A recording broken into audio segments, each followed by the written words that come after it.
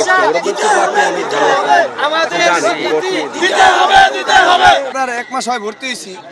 আগের যে ওনারা যে একটা যে চাহিদা ছিল আমাদের প্রতি, এখন পারতেছে না আমাদেরকে বের করে দিতে।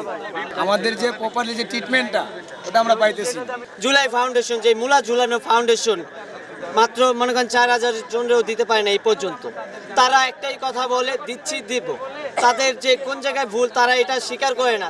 তারা আমাদের জন্য মানে আমাদের আহত ভাইদের স্পষ্ট কোনো বক্তব্যই দেয় না আমাদের নিয়ে। চিকিৎসা নেওয়ার পরে হাসপাতালে ভর্তি হওয়ার পরে চোখ ড্যামেজ হচ্ছে, মানে চাইলে চলে গেছে।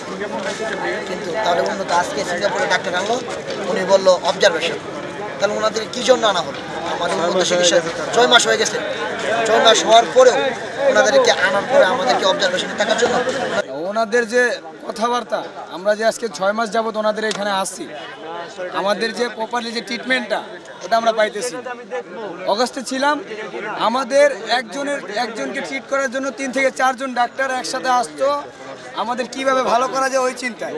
কিন্তু পরবর্তীতে আপনার যেমনটা দেখলাম আর কি, রিসেন্টলি আপনার 1 মাস হয় ভর্তি হয়েছি। আগের যে ওনারা যে একটা যে চাহিদা ছিল আমাদের প্রতি, এখন পারতেছে না আমাদেরকে বের করে দিতে।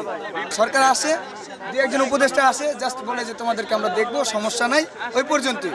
তো পরবর্তীতে আমরা যে কি অবস্থায় আছি, আমাদের বাসা থেকে টাকা নিয়ে চলতে হইতেছে।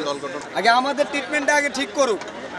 আমরা দেশকে সংস্কার করার জন্য নিজের হাত পা চোখ দিয়ে দিচ্ছি।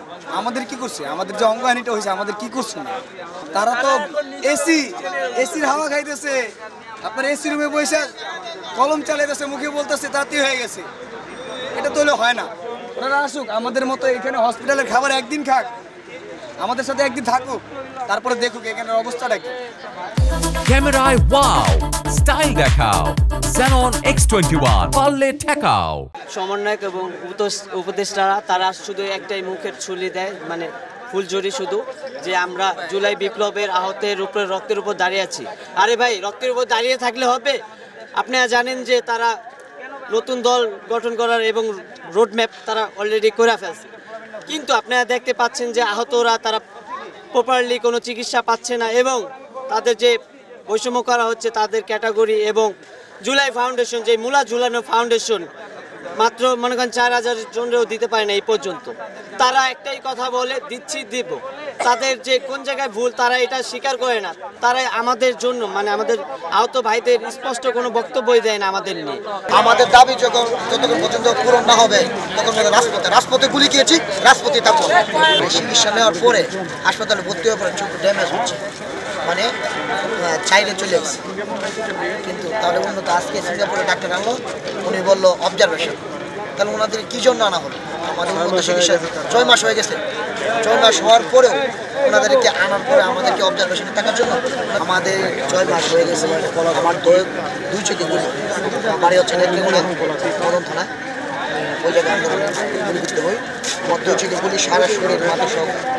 কিন্তু এখন পর্যন্ত আমার 1 চোখ ভালো ছিল, 6/6 ছিল আগে, মানে প্রথম গুলি লাগার পরে। ওই চোখে গুলি রয়ে গেছে, 2 চোখে গুলি। এখন মানে চিকিৎসা নেওয়ার পরে হাসপাতালে ভর্তি হওয়ার পরে চোখ ড্যামেজ হচ্ছে, মানে চাইলে চলে গেছে। কিন্তু তাহলে উন্নত আজকে সিঙ্গাপুরে ডাক্তার আনলো, উনি বললো অবজারভেশন। তাহলে ওনাদের কী জন্য আনা হলো? আমাদের উন্নত চিকিৎসা 6 মাস হয়ে গেছে। 6 মাস হওয়ার পরেও ওনাদেরকে আনার পরে আমাদেরকে অবজারভেশনে থাকার জন্য ওনাদেরকে আমাদের চোখ ভালো হবে কিনা ওনারা বলবে। গোট অনেকটা বলছে গোট, আমাকে বলছে অবজারভেশন। কারণ আমার 2 চোখে গুলি, কারণ ওই চোখ একেবারে ড্যামেজ, আর ওই চোখ ওই জন্য আমার ইনফেকশন হয়ে গেছে।